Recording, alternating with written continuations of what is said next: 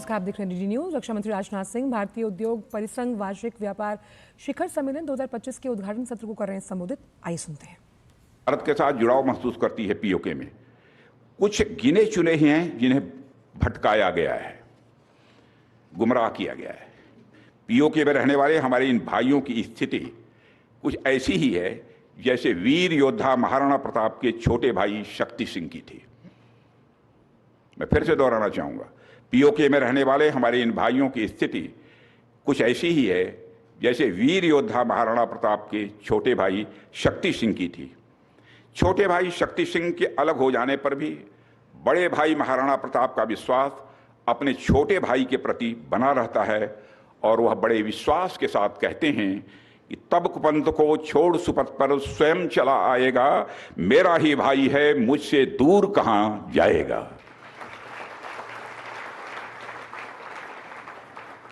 भारत हमेशा ही दिलों को जोड़ने की बात करता है और हमें विश्वास है कि प्रेम, एकता और सत्य के मार्ग पर चलकर वह दिन दूर नहीं जब हमारा ही अंग पीओके स्वयं लौटकर कहेगा, मैं भारत हूं, भारत ही हूं, मैं वापस आऊंगा। और वापस आया हूं, मैं भारत ही हूं, मैं वापस आया हूं, यह पीओके कहेगा, ऐसा मेरा पक्का विश्वास है। पीओके की भारत से एकजुटता इस देश की सांस्कृतिक, सामाजिक और आर्थिक समृद्धि पर निर्भर करती है। साथियों, जब मैं मेक इन इंडिया के माध्यम से प्रॉस्पेरिटी की बात करता हूं तो मेरी बात सिर्फ डिफेंस मैन्युफैक्चरिंग तक ही सीमित नहीं है। मेक इन इंडिया हमारे लिए डिफाइनिंग मूवमेंट है जो 20वीं शताब्दी में जापान में आया था। हम जापान की तरह ही इंजीनियरिंग, हाई प्रिसीजन मैन्युफैक्चरिंग और फ्यूचर टेक्नोलॉजीज के लिए एक डेवलपमेंट हब बन सकते हैं, ऐसा मेरा विश्वास है। साथियों, भारत में टैलेंट की कमी नहीं है। दुनिया की अधिकांश बड़ी बड़ी कंपनियों में भारतीय ओरिजिन के लोग बड़ी संख्या में काम कर रहे हैं। जैसे जापान ने अपनी टेक्नोलॉजी और मैन्युफैक्चरिंग की एक अलग पहचान पूरी दुनिया में बनाई है, वैसे ही भारत की टेक्नोलॉजी और मैन्युफैक्चरिंग भी पूरी दुनिया में जब स्थापित होगी तो उसके बाद हम जब एक पेन भी बनाएंगे तो उसकी ब्रांडिंग हम इंडियन टेक्नोलॉजी द्वारा निर्मित कहकर कर सकेंगे। यानी मेक इन इंडिया के माध्यम से भारत में बनी हर चीज पर प्रीमियम होगा, जैसे कभी मेड इन जापान का होता था। यह हमारे देश में प्रॉस्पेरिटी यानी समृद्धि के नए द्वार खोलेगा। साथियों, यह हम सबका अनुभव है। हमने देखा भी है कि अगर सरकार और इंडस्ट्री एक साथ मिलकर चलें तो क्या कुछ संभव नहीं हो सकता है, यानी सब कुछ संभव हो सकता है। प्रधानमंत्री जी की लीडरशिप में आज भारत सिर्फ डिफेंस टेक्नोलॉजी का कंज्यूमर नहीं रहा, बल्कि प्रोड्यूसर और एक्सपोर्टर भी बन गया है और उस दिशा में तेजी से आगे बढ़ भी रहा है। और जब दुनिया हमें हाई एंड डिफेंस सिस्टम्स के लिए अप्रोच करती है तो यह सिर्फ मार्केट इंडिकेशन नहीं होता है, बल्कि यह भारत की कैपेबिलिटी का सम्मान होता है। साथियों, आज इंडियन इंडस्ट्री ने देश के भविष्य की दिशा तय करने का जो मंच तैयार किया है वह वास्तव में प्रशंसनीय है। मुझे लगता है कि भारतीय इंडस्ट्री आज भारत के कलेक्टिव एस्पिरेशंस की भी संवाहक है। आज हम एक ऐसे पड़ाव पर खड़े हैं जहां गवर्नमेंट और इंडस्ट्री के कॉमन इफर्ट्स और सिनर्जी ही भारत को अगले डिकेड की वैश्विक महाशक्ति बना सकता है। साथियों, आज के समय में किसी राष्ट्र की शक्ति का मूल्यांकन केवल उसके इकोनॉमिक इंडेक्स जैसे जीडीपी, फॉरेन इन्वेस्टमेंट या एक्सपोर्ट के आंकड़ों से ही नहीं होता है। दुनिया अभी देखने लगी है कि कोई देश अपने नागरिकों और वैश्विक समुदाय में कितना भरोसा जगा सकता है। क्या उसके लिए अपने देश की संस्थाओं, उसकी नीति और उसकी दिशा पर विश्वास करते हैं? क्या अंतर्राष्ट्रीय मंच पर उस देश को स्टेबल, मैच्योर और रिस्पॉन्सिबल माना जाता है या नहीं? तो आप सुन रहे थे सीआई के समिट में रक्षा मंत्री राजनाथ सिंह का संबोधन, जहां वो कह रहे थे कि भारत ने दिलों को जोड़ने का काम किया है और कई मल्टीलैटरल और इंटरनेशनल फोरम्स पर भारत की बात अब सुनी जाती है कि जिस तरह से भारत का कद लगातार बढ़ता जा रहा है। बढ़ते हैं आगे और रुख करते हैं प्रधानमंत्री से जुड़ी कुछ खास खबरों का। सिक्किम की स्थापना के आज 50 वर्ष पूरे हो गए और इस अवसर पर गैंगटॉक में विशेष समारोह का आयोजन किया गया। प्रधानमंत्री नरेंद्र मोदी ने वर्चुअल रूप से कार्यक्रम में हिस्सा लिया। सिक्किम के मुख्यमंत्री प्रेम सिंह तमांग और राज्यपाल ओम प्रकाश माथुर ने स्मारिका सिक्का और डाक टिकट जारी किया। राज्य सरकार ने सिक्किम की सांस्कृतिक समृद्धि, परंपरा, प्राकृतिक वैभव का उत्सव मनाने के लिए सुनहलो, समृद्ध और समर्थ सिक्किम थीम के अंतर्गत साल भर चलने वाले कई कार्यक्रमों जो हैं उनकी योजना बनाई। सिक्किम की 50वीं वर्षगांठ पर प्रधानमंत्री ने राज्य में कई विकास परियोजनाओं का शिलान्यास और उद्घाटन किया। इन परियोजनाओं में नामची जिले में 750 करोड़ रुपए से अधिक की लागत से 500 बिस्तर वाला नया जिला अस्पताल, ग्यालशिंग जिले के पेलिंग के सांगाचोलिंग में यात्री रोपवे, गैंगटॉक जिले के सांगखोला में अटल अमृत उद्यान, जिसमें भारत रत्न अटल बिहारी वाजपेयी जी की प्रतिमा शामिल है।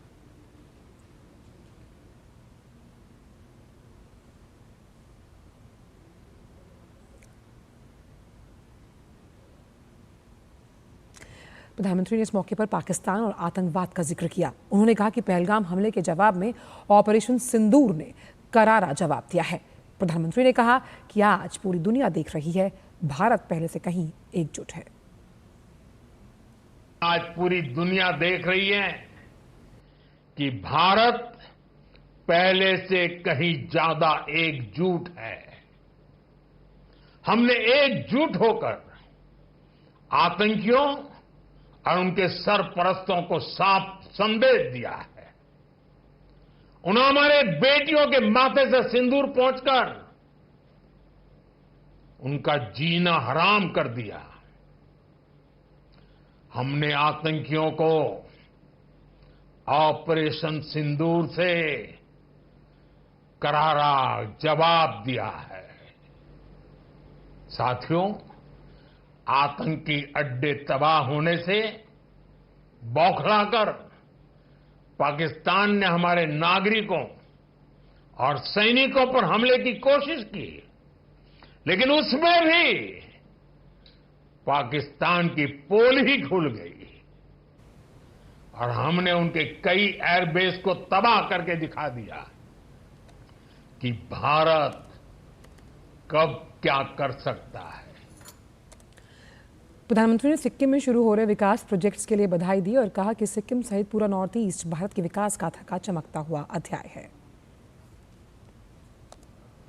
आज यहां सिक्किम के विकास से जुड़े अनेक प्रोजेक्ट्स का शिलान्यास और लोकार्पण हुआ है। इन सारे प्रोजेक्ट से यहां हेल्थ केयर, टूरिज्म, कल्चर और स्पोर्ट्स की सुविधाओं का विस्तार होगा।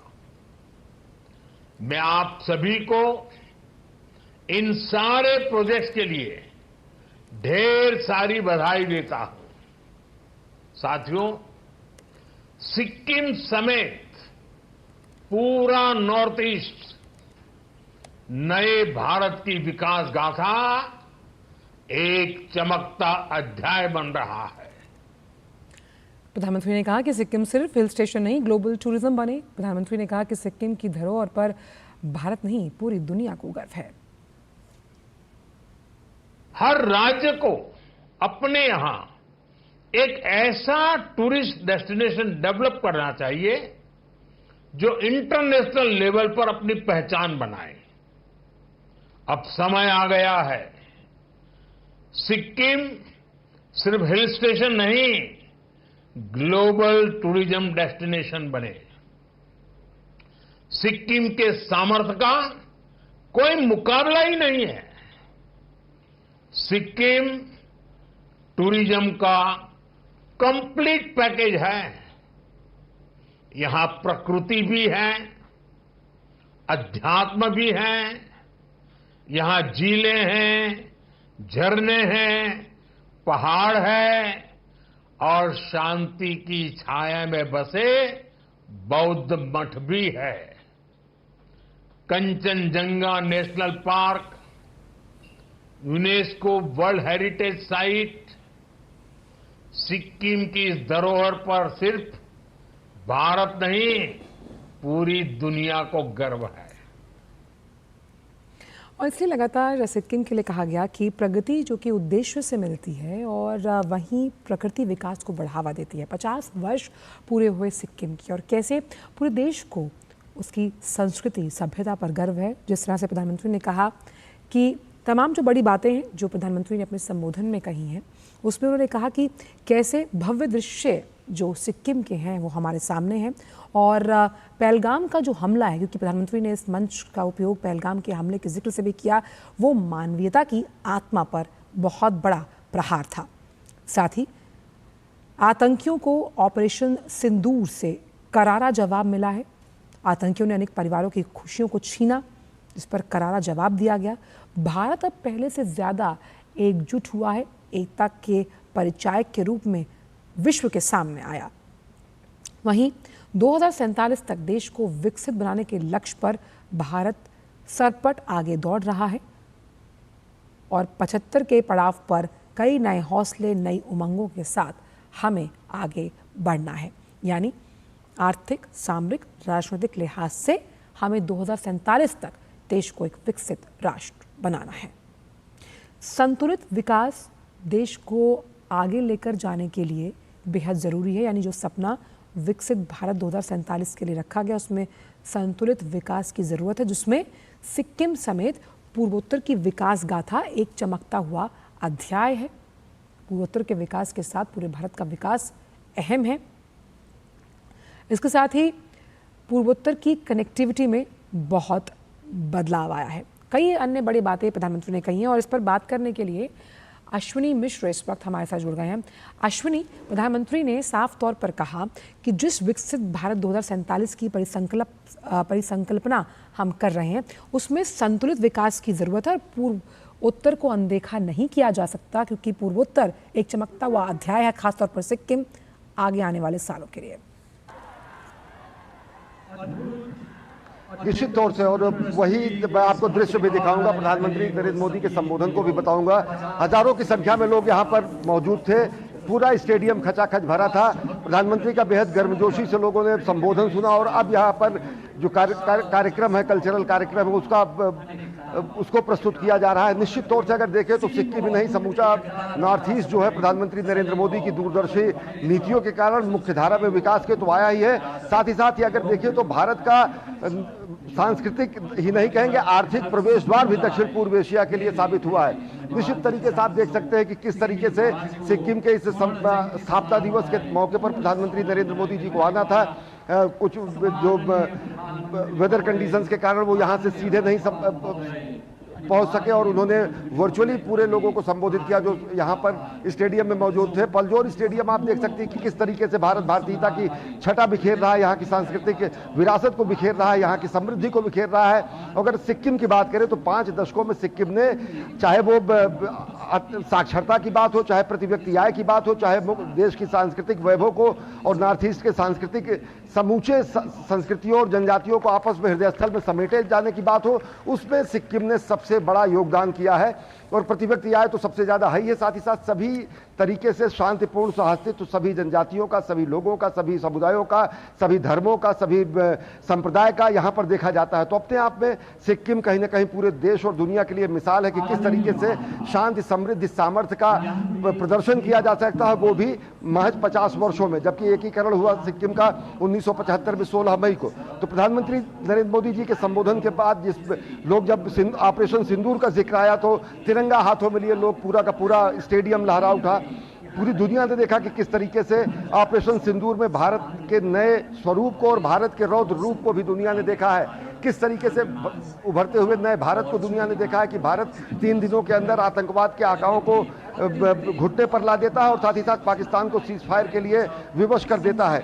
तो एक निश्चित तौर से देखिए सिक्किम की जो रणनीतिक भौगोलिक स्थिति है, इससे पहले प्रधानमंत्री नरेंद्र मोदी ने देश के पश्चिमी सीमा पर अगर देखें तो भुज में वहां पर देश को संबोधित किया था, विश्व को संबोधित किया था। और अब यहाँ पर जो कि भूटान, चीन और नेपाल से सटी हुई सिक्किम की जो हमारी सीमा है, यहाँ से जो संबोधन किया गया उसकी प्रतिध्वनि चीन जैसे देशों को, देश के अन्य ऐसे देशों को सुनाई पड़ेंगे जो भारत को ये मानकर चलते हैं कि आतंकवाद के खिलाफ भारत ने निर्णायक लड़ाई छेड़ दी है। तो निश्चित तौर से अगर देखें तो नए भारत का स्वरूप दिखता है, भारत की सांस्कृतिक विविधता यहाँ दिखती है, भारत की शांति की दृष्टि यहाँ दिखती है, भारत की सामर्थ्य यहाँ दिखता है और भारत के रौद्र रूप को ऑपरेशन सिंदूर में हाल ही में लोगों ने देखा है। तो सिक्किम की अगर बात करें तो सिक्किम के लोग पलक पावड़े बिछाए प्रधानमंत्री नरेंद्र मोदी के स्वागत के लिए यहाँ पर उमड़े थे और प्रधानमंत्री ने उनको संबोधित किया और नए समर्थ सुनहरे सिक्किम के भविष्य के निर्माण के लिए आश्वस्त उन्होंने किया कि अगले 25 वर्षों का जो रोड मैप हो वो रोड मैप इस तरीके से हो कि पर्यटन का क्षेत्र हो, जैविक उत्पादों का क्षेत्र हो, जैविक कृषि का क्षेत्र हो, अन्य जो यहाँ के सिक्किम के पर्यटन और पर्यावरण से जुड़े प्रोजेक्ट्स हैं उनमें तेजी लाकर सिक्किम को विकास की नई धारा में और ज्यादा प्रगति की धारा में समाहित किया जा सके। अच्छा, बिल्कुल संरक्षित, सुरक्षित और सुसज्जित सिक्किम, जिसकी बहुत विहंगम तस्वीरें हम आपके जरिए और जिस तरह से एक भारत श्रेष्ठ भारत का एक अनुपम संगम हम वहाँ देख पा रहे हैं। वहीं कैसे ये एक ऐसा राज्य है, अगर देखा जाए सिक्किम अश्वनी, जो एग्रो स्टार्टअप्स के लिए भी जाना जाता है और स्टार्टअप्स के लिहाज से कैसे आत्मनिर्भर इस राज्य को आगे बनाया जाएगा, इसका जिक्र भी प्रधानमंत्री ने आज अपने संबोधन में किया है। जी, हम आपको दिखाएंगे, पूरा दृश्य दिखाएंगे। यहाँ पर आप देखें कि यहाँ पर खुद ही जो self help group of Sikkim है उनकी तरफ से स्वागत के लिए यहाँ पर वंदनवार लगे हुए हैं। यहाँ पर बहुत सारी लखपति दीदियाँ आई थी जिनको प्रधानमंत्री के कर कमलों से उनको सम्मानित किया जाना है। बहुत सारे इंटरप्रेन्योर्स यहाँ पर हैं, बहुत सारे ऐसे, अगर देखें तो प्रधानमंत्री Narendra Modi woman lead development की बात करते हैं। वुमन, जिसको सशक्तिकरण की बात अगर आप छोड़ें, महिला सशक्तिकरण से एक कदम आगे बढ़कर महिलाओं के नेतृत्व में विकास की जो संकल्पना और जो अवधारणा प्रधानमंत्री नरेंद्र मोदी ने दी है वो समूचा हमारा पूर्वोत्तर उसे स्थापित करता है और दशकों से स्थापित करता है, सामाजिक रूप से, सांस्कृतिक रूप से, हर तरीके से। क्योंकि यहाँ पर माताएं, यहाँ पर महिलाएं जो है समाज में अगुआ के रूप में और कुल के प्रदर्शक के रूप में होती हैं। बहुत सारे राज्यों में अगर देखें तो बहुत सारी जनजातियों में मातृ प्रधान सत्तात्मक स्थिति भी है। तो जो वुमेन लेड डेवलपमेंट की बात होती है, जो महिलाओं के नेतृत्व में सशक्त विकास की बात होती है, उसके लिए कहीं ना कहीं टॉर्च बियरर, ध्वजवाहक है हमारे नॉर्थ ईस्ट, जिसके यहाँ पर आप सांस्कृतिक छटा देख रही हैं। यहाँ की भौगोलिक स्थितियाँ अलग हैं, लेकिन यहाँ की जो सांस्कृतिक समरसता है, सांस्कृतिक एकता है, समावेशी स्वरूप है, अलग अलग जनजातियों के जो रूप हैं, अगर सिक्किम की बात करें तो यहाँ पर लेपचा, भूटिया और साथ ही साथ अनेक ऐसी जनजातियाँ हैं जो यहाँ पर शांतिपूर्ण तरीके से रहती हैं। प्रधानमंत्री जी ने साफ आज ये भी कहा कि किस तरीके से सिक्किम ने बाइचिंग भूटिया जैसे अंतर्राष्ट्रीय स्तर के खिलाड़ी दिए, किस तरीके से ये देखिए छोटा सा मैदान, यहाँ से इतने बड़े बड़े खिलाड़ी देश में पैदा हुए। ये फुटबॉल का मैदान है, सिक्किम के गैंगटोक में स्थित है। तो उन्होंने कहा कि चाहे वो खेल का मैदान हो, चाहे वो हमारे उत्पादों का मैदान हो, चाहे वो जैविक उत्पादों की बात हो, जैविक कृषि की बात हो, ग्रीन सिक्किम की बात हो, पर्यावरण के साथ साथ विकास को समावेशी स्वरूप देते हुए विकास को सुनिश्चित किया जाए, वही सिक्किम के आगे का रोड मैप है। और उसके लिए उन्होंने आश्वस्त किया सिक्किम को, सिक्किम के नेतृत्व को, सिक्किम की आवाम को कि केंद्र सरकार का हर एक भरपूर सहयोग इस राज्य को मिलता रहेगा, जैसे पूर्वोत्तर के अन्य राज्यों को मिल रहा है। आंचल, बिल्कुल, ग्रीन स्टेट के तौर पर सिक्किम को कैसे डेवलप किया जाएगा, उस लिहाज से भी आज का संबोधन अहम रहा। वहीं महिलाओं की आत्मविश्वास और उनके प्रतिनिधित्व पर भी प्रधानमंत्री ने कहा कि किस तरह से जो पूर्वोत्तर की महिलाएं हैं, मेहनती हैं, अपने आप में जुझारू हैं और किस तरह से जिस नए सिक्किम की गाथा लिखने के लिए यहाँ पर आर्थिक तौर पर बड़े फैसले लिए जाएंगे, उसमें महिलाओं का योगदान भी अहम रहेगा। क्योंकि प्रधानमंत्री हमेशा से जिस विकास का जिक्र करते हैं उसमें वो महिला उन्मुखी होकर बात करते हैं। निश्चित तौर से आंचल, वही मैंने कहा कि अगर देश में या इस पूरी दुनिया को वुमेन लेड डेवलपमेंट की कॉन्सेप्ट अगर कोई देता है, अवधारणा के रूप में देता है, कॉन्सेप्ट के रूप में देता है, तो नॉर्थ ईस्ट ही देता है। यहाँ पर बहुत सारी जनजातियों में मातृ प्रधान सत्तात्मक परिवार व्यवस्था है, सामाजिक व्यवस्था है, जिसमें माताएं जो है वो घर की मुखिया होती है, महिलाएं घर की मुखिया होती हैं। और पूरा का पूरा अगर कारोबार आप देखें, चाहे वो सामाजिक हो, चाहे वो शैक्षिक हो, चाहे वो वाणिज्यिक हो, सब में महिलाएं पुरुषों से आगे ही बढ़कर कहीं ना कहीं पूरे समूचे नॉर्थ ईस्ट में अपना योगदान देती हैं। खुद आप यहाँ पे देखेंगे, इस पूरे के पूरे अगर स्टेडियम को आप देखेंगे तो आपको लगेगा कि किस तरीके से नारी शक्ति का यहाँ पर नारी शक्ति का प्रकटीकरण हो रहा है, नारी की क्षमता का प्रकटीकरण हो रहा है। नारी किस तरीके से यहाँ पर पुरुषों से कदम मिलाकर नहीं, पुरुषों से एक कदम आगे चलकर हर क्षेत्र में रहती हैं। तो निश्चित तरीके से वुमेन लेड डेवलपमेंट की जब बात होती है, महिलाओं के नेतृत्व में विकास की जब बात होती है, तो नॉर्थ ईस्ट उसमें एक बड़ा ध्वजवाहक तो है ही। साथ ही साथ आज जिस तरीके से प्रधानमंत्री नरेंद्र मोदी ने यहाँ पर स्मारिका का और साथ ही साथ सिक्के का अनावरण किया गया, क्योंकि 50 वर्ष पूरे हुए हैं नामग्याल राजशाही की समाप्ति के और यहाँ पर लोकतंत्र की स्थापना और भारत में सिक्किम के एकीकरण और विलय के 50 वर्षों में अगर देखें तो बेहद सुनहरा अध्याय लिखा है समूचे सिक्किम ने। और समूचे सिक्किम ने पूरी दुनिया को बताया है, देश को भी बताया है कि किस तरीके से शांतिपूर्ण सहअस्तित्व, किस तरीके से तरक्की, किस तरीके से समावेशी स्वरूप और किस तरीके से समूचा का समूचा ये विकास अटेन किया जा सकता है। प्रतिशत आय की अगर बात करें, साक्षरता की आय बात करें तो सिक्किम दुनिया में देश के अनेक राज्यों से काफी आगे है। ह्यूमन इंडेक्स की अगर बात करें तो सिक्किम का वो बेहतरीन प्रदर्शन है। तो सिक्किम बेहद पर्यावरण के साथ सामंजस्य को रखते हुए, समाज के साथ सामंजस्य को रखते हुए, समुदाय के साथ सामंजस्य को रखते हुए, सभी जनजातियों, सभी संप्रदायों में समावेशी सामंजस्य रखते हुए एक अद्भुत विकास का नमूना है। और निश्चित तरीके से ये गति और बिल्कुल, और इसीलिए एक अवसरों के आज आश्वस्त भी किया है यहाँ के नेतृत्व को भी, यहाँ के लोगों को भी। जी, अवसरों के दरवाजे खुल रहे हैं, कनेक्टिविटी से जुड़ी तमाम दिक्कतें हैं उनसे भी पार पाया जा रहा है और चमकते हुए सितारे के रूप में आर्थिक प्रगति के लिहाज से सिक्किम पूरी तरह से तैयार। बहुत बहुत शुक्रिया अश्विनी इन तमाम जानकारियों को हमसे इतने रोचक ढंग से साझा करने के लिए। और वहीं सिक्किम की 50वीं वर्षगांठ पर मुख्यमंत्री प्रेम सिंह तमांग ने ऑपरेशन सिंदूर की सफलता के लिए देश की सेना और प्रधानमंत्री को शुभकामनाएं दी। मैं ऑपरेशन सिंदूर की ऐतिहासिक सफलता के लिए आपको कोटि कोटि बधाई एवं धन्यवाद देना चाहता हूं। बीते एक दशक में आपने यहां साबित कर दिया कि अगर संकल्प अडिग हो, दृष्टि स्पष्ट हो और देश हित सर्वोपरि हो तो कोई भी सपना अधूरा नहीं रह सकता। मुख्यमंत्री प्रेम सिंह तमांग ने देश को विश्व की चौथी अर्थव्यवस्था बनने पर भी बधाई दी और इसके पीछे प्रधानमंत्री की मेहनत को श्रेय दिया है। विगत कुछ दिन पूर्व है इंटरनेशनल मॉनेटरी फंड रिपोर्ट के जरिए यहां सूचना प्राप्त हुई कि भारत ने जापान को पिछड़े छोड़ते हुए विश्व की चौथी बड़ी अर्थव्यवस्था के रूप में अपने आप को प्रतिष्ठित किया है। इस महत्वपूर्ण वैश्विक उपलब्धि के लिए मैं सिक्किम वासियों की ओर से आपको हार्दिक बधाई देना चाहता हूं। और फिलहाल वक्त एक छोटे से ब्रेक का है।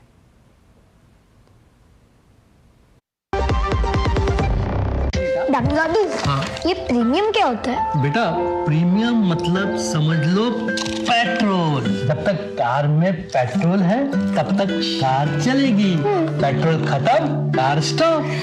पर पापा इस बार पेट्रोल खत्म होने पर भी कार चलती रहेगी। वो कैसे? LIC के जीवन लाभ में प्रीमियम पेमेंट हो जाए स्टॉप, पर पॉलिसी के फायदे चलते रहते हैं। मतलब अब लाइफ की गाड़ी चलेगी नॉन स्टॉप। LIC हर पल आपके साथ। मेरी पसंद, मेरी पसंद, मेरी पसंद, मेरी पसंद, हमारी पसंद, हम सबकी पसंद। मजबूत देश का मजबूत सरिया हो गया स्टील। जो लक्ष्य चुना था समझ आने लगा है।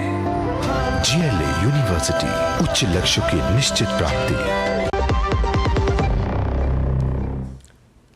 ब्रेक के बाद सभी का स्वागत। प्रधानमंत्री नरेंद्र मोदी आज पश्चिम बंगाल के दौरे पर होंगे। यहां प्रधानमंत्री अलीपुरद्वार और कूच बिहार जिलों में नगर गैस वितरण परियोजना की शुरुआत करेंगे। 1010 करोड़ रुपए की लागत वाली इस योजना का उद्देश्य 2.5 लाख घरों और 100 से ज़्यादा वाणिज्यिक प्रतिष्ठानों को पाइप गैस से जोड़ना है। इसके अलावा 19 नए CNG स्टेशन भी स्थापित किए जाएंगे, जिससे स्वच्छ और सस्ता ईंधन उपलब्ध होगा और रोजगार के अवसर बढ़ेंगे।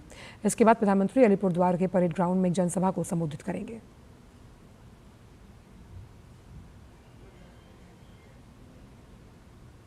प्रधानमंत्री अलीपुरद्वार दौरे पर है। वहां के बीजेपी सांसद मनोज तिग्गा से खास बात की हमारे संवाददाता नीरज सिंह ने, आपको सुनवाते हैं। प्रधानमंत्री नरेंद्र मोदी अलीपुरद्वार आ रहे हैं। अलीपुरद्वार में एक विशाल जनसभा को संबोधित करेंगे। इसके साथ साथ ही कई बड़े प्रोजेक्टों की शुरुआत भी प्रधानमंत्री नरेंद्र मोदी अलीपुरद्वार में करने जा रहे हैं, जो अलीपुरद्वार के लोगों के लिए काफ़ी फ़ायदेमंद साबित होंगी। इस समय हमारे साथ अलीपुरद्वार से सांसद मनोज तिग्गा जी भी हैं। मनोज जी, किस तरह के कार्यक्रम रहेंगे, क्योंकि कई सारी परियोजनाओं की शुरुआत प्रधानमंत्री कर रहे हैं जो अलीपुरद्वार और आसपास के लोगों के लिए काफ़ी बेनिफिट होंगी। यहाँ पर दो तरह का कार्यक्रम है। एक तो अपना एक प्रशासनिक बैठक है जो BPCL की तरफ से आयोजन किया गया है। दूसरा राजनीतिक कार्यक्रम है जो एक जनसभा है। तो प्रशासनिक बैठक में भी अंश ग्रहण करेंगे और हमारी जो जनता है ऑपरेशन सिंदूर के बाद में प्रधानमंत्री जी के मुख से कुछ अच्छी बातें सुनना चाहते हैं एवं उनको सुनने के लिए, जानने के लिए लोगों की जो संख्या है दिन प्रतिदिन बढ़ती जा रही है और निश्चित रूप से एक बड़ी संख्या में यहाँ पर जनता उपस्थित रहेगी। जो बांग्लादेश से घुसपैठ है एक बड़ा मुद्दा रहा है, पार्टी समय समय पर उठाती रही है और राजनीतिक मंचों से भी इसकी बात उठती रही है। अभी क्या स्थिति है और पार्टी आने वाले समय में क्या इस मुद्दे को जोर शोर से उठाएगी? जो घुसपैठिए आते हैं वो यहाँ पर आकर के वे आधार कार्ड बना लेते हैं, वे आकर के यहाँ पर वोटर आई कार्ड बना लेते हैं और ये उनके लिए एक सेफ जोन बना और सरकार उनको मदद करती है। और यहाँ पर आधार कार्ड, वोटर कार्ड बना करके सारे देश में धीरे धीरे फैल रहे हैं और जितने भी यहाँ पर इलीगल काम है, अनैतिक काम है, सारे अनैतिक काम में वे जुड़े हुए। इसका बंद होना चाहिए, क्योंकि यही मुख्यमंत्री है। जब ये सांसद थी तो 2004 या 5, मुझको साल ठीक याद नहीं है, तो जब सांसद थे उस समय कागज़ फाड़ करके स्पीकर की तरफ फेंकी थी कि ये जो वामपंथी सरकार जो है ये बांग्लादेश से वोटर ला करके जीती है, बार बार सत्ता में आती है। वही काम आज ये माननीय मुख्यमंत्री कर रही है, बांग्लादेश से वोटर लाती है और यहाँ पर बार बार इलेक्शन में जीत रहे हैं। प्रधानमंत्री नरेंद्र मोदी को लेकर अलीपुरद्वार के लोगों में खासा उत्साह है और वो बेसब्री से प्रधानमंत्री नरेंद्र मोदी का इंतजार कर रहे हैं कि प्रधानमंत्री यहाँ पहुँचेंगे और अलीपुरद्वार की जनता उनका स्वागत करेगी, क्योंकि कई सारी परियोजनाओं की शुरुआत भी प्रधानमंत्री कर रहे हैं और प्रधानमंत्री का नारा भी है सबका साथ, सबका विश्वास और सबका विकास। Neeraj Singh, DD news, Alipurduar. पश्चिम बंगाल का दौरा करने के बाद प्रधानमंत्री आज पटना जाएंगे। बिहार में प्रधानमंत्री का 2 दिन का दौरा है। आज पहले दिन पटना एयरपोर्ट के नए टर्मिनल का उद्घाटन करेंगे, फिर एक रोड शो भी होगा। प्रधानमंत्री नरेंद्र मोदी 2 दिवसीय बिहार की यात्रा पर होंगे। राज्य में 50,721 करोड़ 23 लाख रुपए की परियोजनाओं का वे उद्घाटन और शुभारंभ करेंगे, जिसमें 36,915 करोड़ की 4 योजनाओं का उद्घाटन और 9 योजनाएं जिसकी लागत 12,952 करोड़ रुपए है उसका शिलान्यास होगा, जबकि 853 करोड़ की 3 परियोजनाओं को वे राष्ट्र को समर्पित करेंगे। प्रधानमंत्री जी जहां भी जाते हैं उस क्षेत्र की बहुत सारी सौगातें देते हैं और माननीय प्रधानमंत्री जी लगभग 48,000 करोड़ की यहाँ से शिलान्यास और लोकार्पण कर रहे हैं। इसमें नवीनगर का 24,000 मेगावाट का पावर प्रोजेक्ट है, 4 लेन सड़क है और भी कई योजनाएं माननीय प्रधानमंत्री जी यहाँ देने वाले हैं। अपनी यात्रा के पहले दिन यानी गुरुवार को प्रधानमंत्री मोदी पटना से 1742 करोड़ रुपए से अधिक की योजनाओं का शिलान्यास और उद्घाटन करेंगे। वे बिहटा में अंतर्राष्ट्रीय एयरपोर्ट के टर्मिनल भवन निर्माण का शिलान्यास करेंगे। ये 116 एकड़ में बनकर तैयार होगा। बिहटा एयरपोर्ट परियोजना की लागत 542 करोड़ 79 लाख रुपए है। इसके अलावा वे पटना एयरपोर्ट के नए टर्मिनल भवन का लोकार्पण करेंगे, जिसका निर्माण 1200 करोड़ रुपए की लागत से किया गया है। पाकिस्तानी ठिकानों को हमारी ताकत वाली सेना और शौर्य और पराक्रम का परिचय देकर ध्वस्त करने का काम किया। मधुबनी से ऐलान किया था कि मैं मिट्टी में गाड़ दूंगा आतंकियों को, और दूसरी बार बिहार की वीर भूमि पर आ रहे उनके स्वागत में हिंदू मुसलमान की महिलाएं एक दूसरे को मेहंदी लगाकर वीर प्रधानमंत्री नरेंद्र मोदी जी के स्वागत के लिए, अभिनंदन के लिए मेहंदी लगाकर आज इस कार्यक्रम में शिरकत कर रही हैं। बड़े पैमाने पर महिलाएं 30 मई को विक्रमगंज की भूमि पर, वीर भूमि पर जाएंगी उनके स्वागत करने के लिए। जो पहलगामा के लड़ाई में जो हुआ था सिंदूर ऑपरेशन, उसी के खुशी में हम लोग मेहंदी लगा रहे हैं। जो पहलगाम में हुआ था आतंकी हमला, उसी के खुशी में नरेंद्र मोदी हमारे बिहार आ रहे हैं, सासाराम हमें रोहतास जिला, उसी में सिंदूर ऑपरेशन में मेहंदी लगा रहे हैं। शुक्रवार को प्रधानमंत्री औरंगाबाद के नवीनगर में एनटीपीसी के फेज 2 के तहत 800 मेगावाट की 3 बिजली इकाइयों का शिलान्यास करेंगे, जिसकी लागत 29,930 करोड़ रुपए की है। रेलवे की परियोजनाओं में से जिसमें सासाराम से अनुग्रह नारायण रोड के बीच ऑटोमेटिक ब्लॉक सिग्नलिंग का लोकार्पण, कचरट नवाडीह से सोननगर के बीच तीसरी लाइन का लोकार्पण, बरके सलैया रेलवे स्टेशन पर फुट ओवर ब्रिज का लोकार्पण, वहीं सड़क परियोजनाओं में रामनगर कच्ची दरगाह NH 119T का शिलान्यास, गंगा नदी पर बक्सर से भरौली के बीच बनने वाले पुल का शिलान्यास, किशनगंज बहादुरगंज 4 लेन का शिलान्यास, पटना आरा सासाराम NH का शिलान्यास प्रधानमंत्री द्वारा किया जाएगा। पटना से राजेश राज और मधुरेश के साथ ब्यूरो रिपोर्ट DD न्यूज।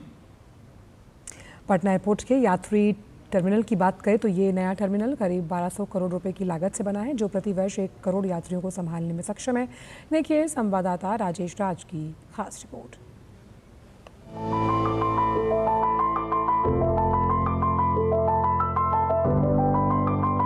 लोकनायक जयप्रकाश नारायण अंतर्राष्ट्रीय हवाई अड्डा पटना का नया टर्मिनल भवन बनकर पूरी तौर पर तैयार हो चुका है। एक भव्य समारोह में प्रधानमंत्री नरेंद्र मोदी इस नए टर्मिनल भवन को राष्ट्र को समर्पित करेंगे। पटना के लोकनायक अंतर्राष्ट्रीय हवाई अड्डा का जो पुराना भवन है, उस पुराने भवन में जगह की बहुत दिक्कत थी। मात्र 6000 मीटर जगह में उसे संचालित किया जा रहा था, लेकिन यह जो नया एयरपोर्ट है, उस एयरपोर्ट पे आप देख सकते हैं कि यहाँ लगभग 65,000 मीटर जगह को एक्वायर किया गया है, जहां पर कि जगह की कोई दिक्कत नहीं होगी, कोई किल्लत नहीं होगी।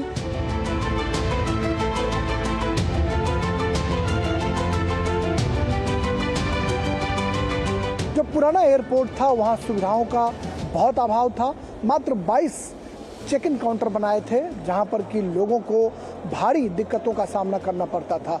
लेकिन आप अगर देखेंगे तो यह जो एक लंबी एक सीरीज आपको दिखाई पड़ रही है, ये संख्या काउंटर चेक इन जो है, ये कुल 64 काउंटर चेक इन बनाए गए हैं, जिस पर मुसाफिरों को टिकट बोर्डिंग पास लेने से लेकर सिक्योरिटी चेक इन के लिए जब वो अपने गंतव्य के लिए प्रस्थान करेंगे तो वहाँ भी संख्या जो है वो बढ़ाकर 9 कर दी गई है।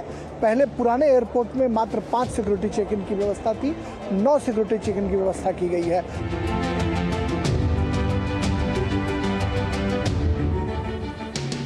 एयरपोर्ट जहां पर अभी हम खड़े हैं, यह 1200 करोड़ रुपए की लागत से ये बनकर तैयार हुआ है, जो सिर्फ पटना वासियों के लिए ही नहीं बल्कि संपूर्ण बिहार के लोगों के लिए एक बहुत बड़ी सौगात हम कह सकते हैं।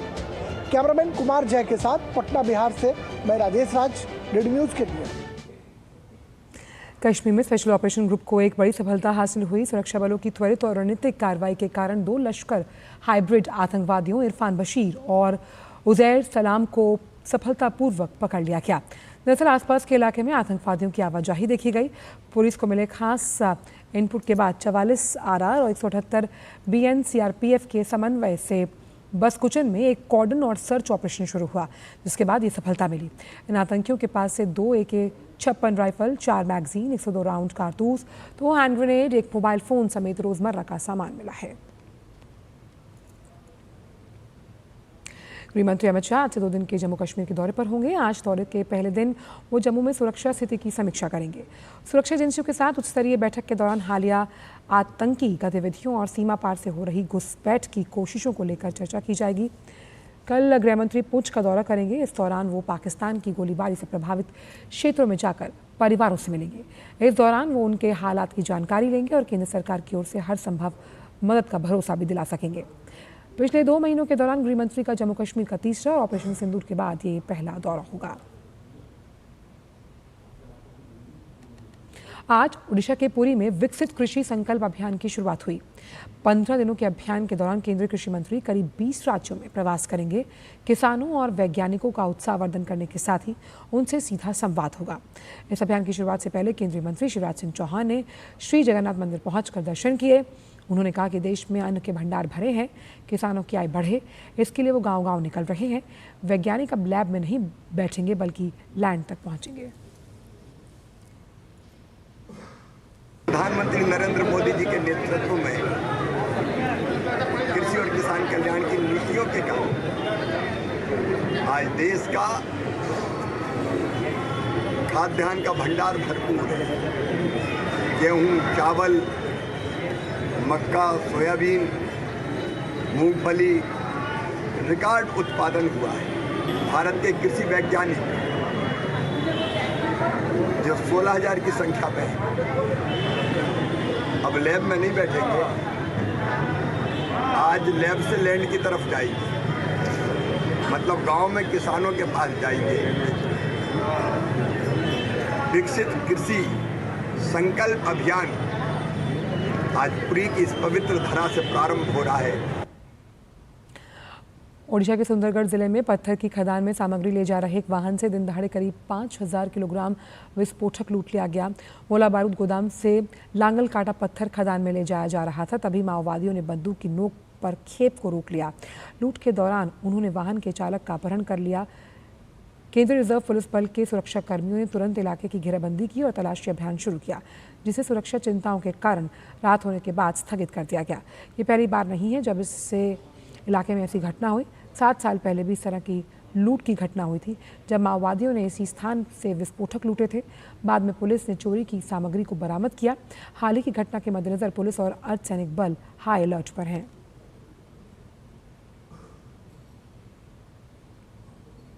वक्त छोटे ब्रेक का, आप देखते रहिए डीडी न्यूज़।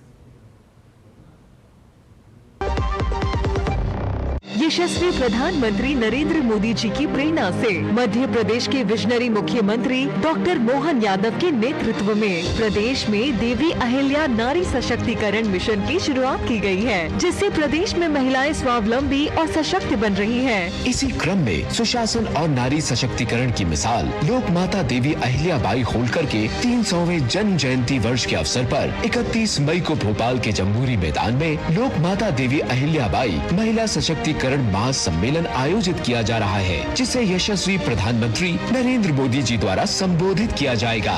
इस अवसर पर लोक माता को समर्पित डाक टिकट और सिक्के के विमोचन के साथ साथ इंदौर में प्रदेश की पहली मेट्रो ट्रेन सेवा एवं सतना और दतिया एयरपोर्ट का वर्चुअल लोकार्पण भी माननीय प्रधानमंत्री जी के शुभ कर कमलों से होगा। राज्यपाल मंगू भाई पटेल एवं मुख्यमंत्री डॉक्टर मोहन यादव की गरिमामयी उपस्थिति में आइए इन ऐतिहासिक पलों के साक्षी बने।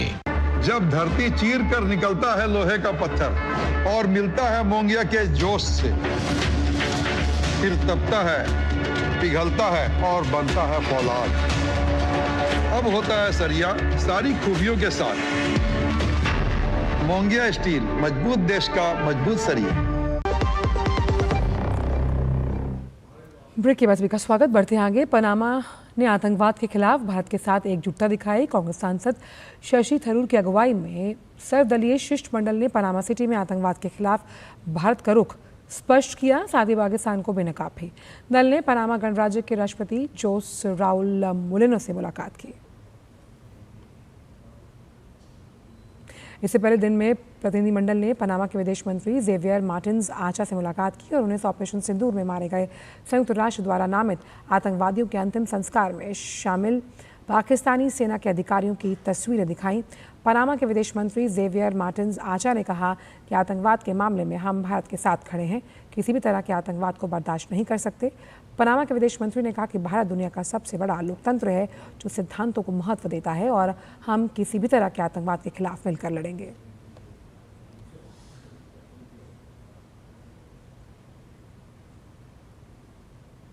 Panama and India are engaged in a very, very successful pattern for business, for education, and for eternal friendship.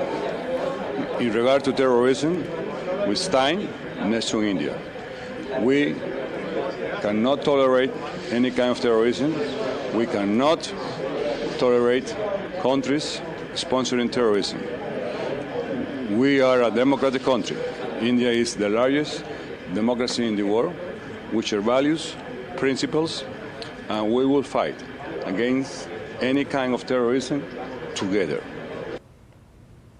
वहीं शशि थरूर ने कहा कि पाकिस्तान प्रायोजित आतंकवादियों ने जो कायराना हमला किया उसकी पूरी दुनिया ने निंदा की और पनामा त्वरित निंदा करने वाले देशों में था। उन्होंने कहा कि भारत ने 2 हफ्तों के बाद ही आतंकवादियों को उनके अंजाम तक पहुंचा दिया। On the 22nd of April, terrorists marched across our borders and killed 26 holidaymakers, tourists in Kashmir. And when this happened, India and the world recoiled in horror. We are grateful for Panama's immediate condemnation on that very day of what happened.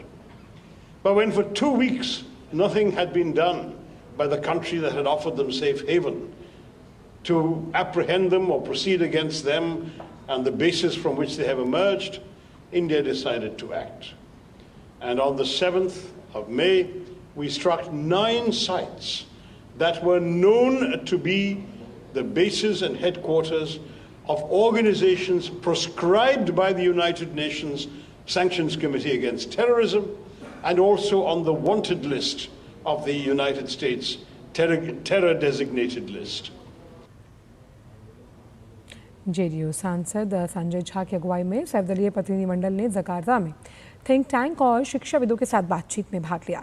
इस दौरान पाकिस्तान की ओर से प्रायोजित आतंकवाद के विरुद्ध खुलकर अपनी बात रखी गई। सलमान खुर्शीद और अपराजिता सारंगी ने कहा कि भारत एक शांतिप्रिय देश है, प्रगति के मार्ग पर चलते हुए हम अशांति, आतंकवाद या हिंसा नहीं चाहते।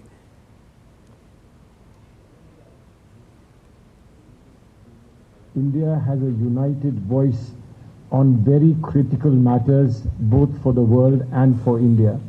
And one such matter, as you know, is about peace and prosperity. It is in the defense of peace and prosperity that we have had to act in the recent incidents. How together we can work on strategies to put an end to terrorism for all times to come. Because every time we have condemned, the world has condemned, we have waited with bated breath to see what will happen. A few months later, a few years later, there's another attack. Greatly reassured and encouraged by the responses we've had from your government and your officials. And we believe that this may well be a chapter in further cooperation between our two great countries. Operation Sindoor has been a big launch, a big campaign against those perpetrators of violence, of terrorism, who have taken away the husbands of our daughters, of our sisters, and of our mothers. So I think at this hour, through this naming of the launch of offensive as Operation Sindoor, the Indian government wants to communicate to the international community that we all stand by the mothers, daughters, and sisters of the country. This was a ghastly act which I can very well term as crime against humanity. आतंकवाद के खिलाफ भारत का कड़ा संदेश देने के लिए भाजपा सांसद बैजयंत पांडा की अगुवाई में सर्वदलीय प्रतिनिधिमंडल सऊदी अरब की यात्रा पर है। इस दौरान भारतीय प्रतिनिधिमंडल ने रियाद में सरकारी अधिकारियों, थिंक टैंकों के साथ बैठक की और आतंकवाद के प्रति जीरो टॉलरेंस की भारत की नीति के बारे में बताया। AIMIM प्रमुख और सांसद असदुद्दीन ओवैसी ने कहा कि पाकिस्तान को FATF की ग्रे लिस्ट में वापस लाया जाना चाहिए। वहीं भाजपा सांसद निशिकांत दुबे ने कहा कि अगर पाकिस्तान में आतंकी शिविर और आतंकवादी गतिविधियां बंद नहीं हुई तो भारत उसका जवाब देगा।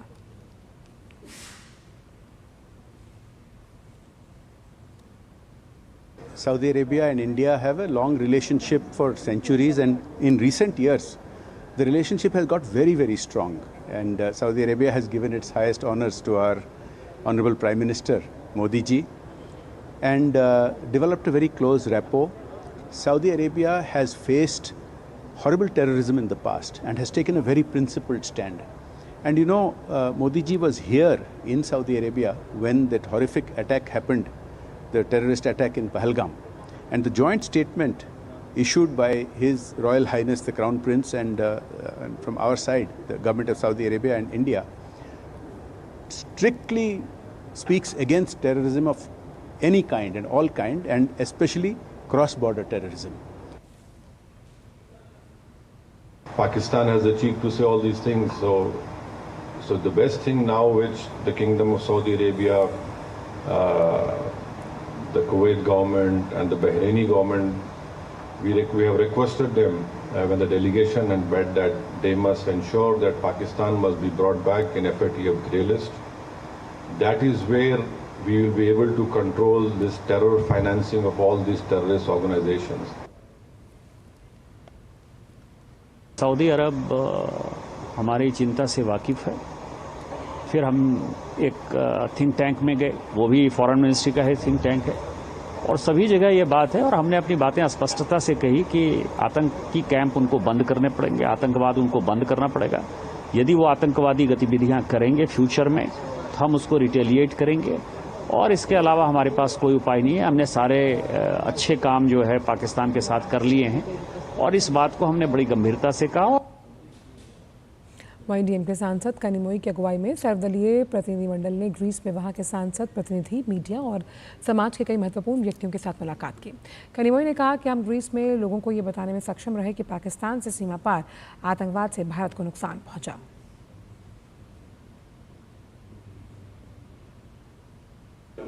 No, today we met members of the parliament and we met the deputy minister of foreign affairs from Greece and a think tank. We met journalists from a very important newspaper here. Today we come as a delegation to express our anguish and also to seek the support of Greece and the European Union, and also to ensure accountability for what has been happening from the Pakistani side in the United Nations Security Council, and the parliamentarians and the lawmakers here have understood what is happening in the Indian soil. विदेश में operation सिंदूर पर भारत के कूटनीतिक संपर्क के लिए गठित NCP-SCP सांसद सुप्रिया सुले की अगुवाई में सर्वदलीय शिष्टमंडल दक्षिण अफ्रीका की राजधानी केप टाउन पहुंची। प्रतिनिधिमंडल ने दक्षिण अफ्रीका के संघीय नेता और कृषि मंत्री जॉन स्टीन होइसन से मुलाकात की। सुप्रिया सुले ने बताया कि आतंक पर भारत की नीति और ऑपरेशन सिंदूर के बारे में अफ्रीकी सरकार के साथ विस्तृत चर्चा की है। मंत्रियों ने काफ़ी समय दिया, उन्होंने भारत के साथ खड़े रहने का वायदा किया है। बहुत लंबी और अच्छी बात ही यहाँ की हर सारे मंत्रियों ने बहुत टाइम भी दिया, और हमारी कोशिश रही है कि जो वास्तव है, जो पहलगाम में हल्ला हुआ है, उसमें जो वास्तव है वो यहाँ साउथ अफ्रीका के ये सारे बड़े नेता है, बहुत सारे सांसदों से हम मिलने का हमें मौका मिला और सबसे जो वास्तव है वो बताने की कोशिश की, और उन्होंने पूरी ताकत से भारत सरकार के साथ खड़े रहेंगे ये वायदा उन्होंने किया। अपनी अमेरिका यात्रा के दौरान भारतीय विदेश सचिव विक्रम मिस्री ने वॉशिंगटन में अमेरिकी उप सचिव क्रिस्टोफर लैंडो से मुलाकात की। इस मौके पर क्रिस्टोफर लैंडो ने एक बार फिर भारत अमेरिका के घनिष्ठ संबंधों की साझेदारी की पुष्टि की। वहीं अमेरिकी उप सचिव ने कहा कि भारत अमेरिका के संबंध अमेरिकी विदेश नीति के लिए प्रमुख घटक हैं। इस मौके पर दोनों देशों के आर्थिक विकास और समृद्धि को बढ़ावा देने के लिए निष्पक्ष और पारस्परिक बाजार पहुंच के महत्व पर भी चर्चा हुई। उप सचिव ने प्रवासन और मादक पदार्थों के खिलाफ सहयोग बढ़ाने के महत्व पर जोर दिया। साथ ही उप सचिव और विदेश सचिव ने क्षेत्रीय स्थिरता और शांति बनाए रखने की अपनी साझा इच्छा की भी पुष्टि की है। पूर्वोत्तर राज्य असम में भारी बारिश का असर जनजीवन पर पड़ने लगा। दरअसल बंगाल की खाड़ी के उत्तर पश्चिम में बने निम्न दबाव क्षेत्र का असर आसपास के इलाकों पर पड़ रहा है। आज सुबह से ही हो रही भारी बारिश के कारण गुवाहाटी शहर के कई हिस्सों में जलभराव की स्थिति बनी हुई है। भारत के पूर्व प्रधानमंत्री चौधरी चरण सिंह की पुण्यतिथि के अवसर पर आज उपराष्ट्रपति जगदीप धनखड़ ने श्रद्धांजलि अर्पित की। किसान घाट पर पुष्पांजलि अर्पित कर उन्हें याद किया गया। उपराष्ट्रपति ने कहा कि चौधरी चरण सिंह एक महान स्वतंत्रता सेनानी, समाजसेवी और किसानों के मसीहा के तौर पर देश भर में सम्मानित किए जाते हैं।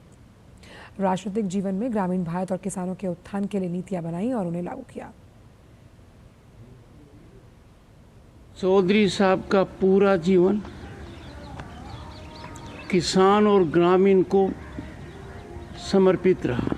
मैं सभी से आह्वान करूंगा, विशेषकर उद्योग जगत से, कि आपका उद्योग कृषि उत्पाद पर आधारित है।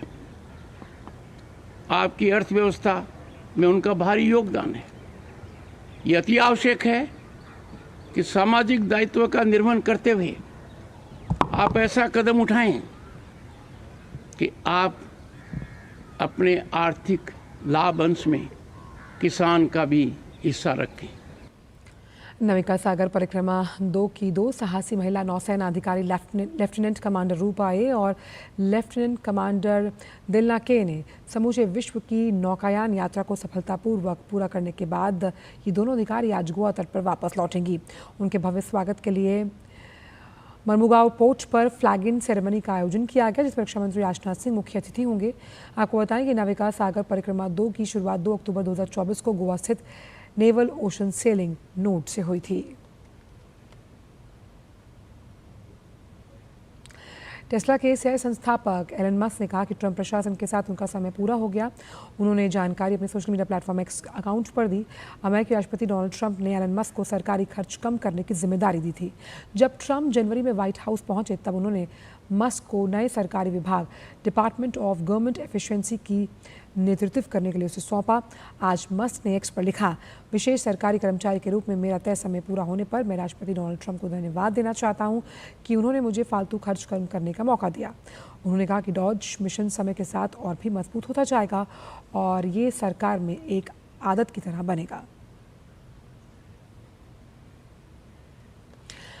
अमेरिकी राष्ट्रपति डोनाल्ड ट्रंप के टैरिफ प्लान को व्यापार कोर्ट ने बड़ा झटका दिया। संघीय व्यापार न्यायालय ने ट्रंप द्वारा आयात पर टैरिफ लगाने को लेकर रोक लगाई। कोर्ट ने कहा कि ऐसा करने पर ट्रंप देश में आर्थिक अराजकता का माहौल पैदा कर रहे हैं।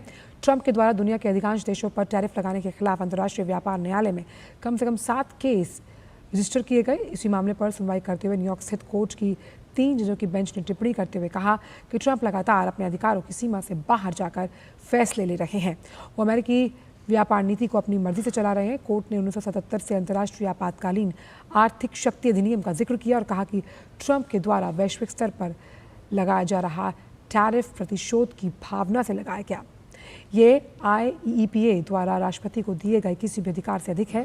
वहीं ट्रंप प्रशासन ने कुछ ही मिनटों बाद अपील दायर कर न्यायालय के अधिकार पर सवाल उठा दिया। बात खेल जगत से। IPL का पहला क्वालिफायर मुकाबला आज पंजाब किंग्स और रॉयल चैलेंजर्स बेंगलुरु के बीच खेला जाएगा। ये मुकाबला महाराजा यादवेंद्र सिंह अंतर्राष्ट्रीय क्रिकेट स्टेडियम मुलानपुर में शाम 7:30 बजे खेला जाना है। इस मैच में जीत हासिल कर दोनों टीमें फाइनल में सीधा जगह बनाना चाहेंगी। भारतीय मुक्केबाजों ने चौथे Thailand open international boxing tournament में अपना दमदार प्रदर्शन जारी रखा, जिसमें तमन्ना प्रिया और दीपक ने सेमीफाइनल में जगह बनाई और कांस्य पदक पक्का किया। महिलाओं के 51 किलोग्राम वर्ग में तमन्ना ने चीनी ताइपे की लिऊ यू शान को हराया। वहीं प्रिया ने 57 किलोग्राम भार वर्ग में दक्षिण कोरिया की पार्क आ यून पर 5-0 से जीत दर्ज की। पुरुषों के 75 किलोग्राम भार वर्ग के ड्रॉ में दीपक ने दक्षिण कोरिया को किम क्वान ताई से हराया। भारतीय प्रौद्योगिकी संस्थान दिल्ली ने 12 वर्षों में पहली बार अपने under graduate, post graduate, PhD courses के पाठ्यक्रमों को संशोधित किया। ये बदलाव छात्रों पर पढ़ाई के बोझ को कम करने के साथ साथ उद्योग जगत की ज़रूरतों को ध्यान में रखते हुए किया गया। 2 साल तक चली प्रक्रिया और छात्रों, शिक्षकों, पूर्व छात्रों और उद्योग जगत के जो विशेषज्ञ हैं उनसे मिले फीडबैक के आधार पर पाठ्यक्रमों में संशोधन किया गया। संशोधित पाठ्यक्रम आगामी 2025-26 के शैक्षणिक सत्र से लागू किए जाएंगे। IIT दिल्ली के निदेशक प्रोफेसर रंगन बनर्जी ने बताया कि संशोधित पाठ्यक्रम संस्थान के छात्रों के लिए लचीलापन, व्यवहारिक शिक्षा और आर्टिफिशियल इंटेलिजेंस जैसे उभरते हुए तकनीकी क्षेत्रों में प्रशिक्षण पर जोर देंगे। जो सारी चेंजेस हो रही है सोसाइटी में, नई जो डेवलपमेंट्स है, आर्टिफिशियल इंटेलिजेंस, जो रिक्वायरमेंट्स है, उसी के हिसाब से स्टूडेंट्स को ज़्यादातर फ्लेक्सिबिलिटी, चॉइस और सस्टेनेबिलिटी, आर्टिफिशियल इंटेलिजेंस, ये सब करिकुलम में ऐड की गई है। और हमारे जो bachelors programme, masters programme, PhD programme, सभी प्रोग्राम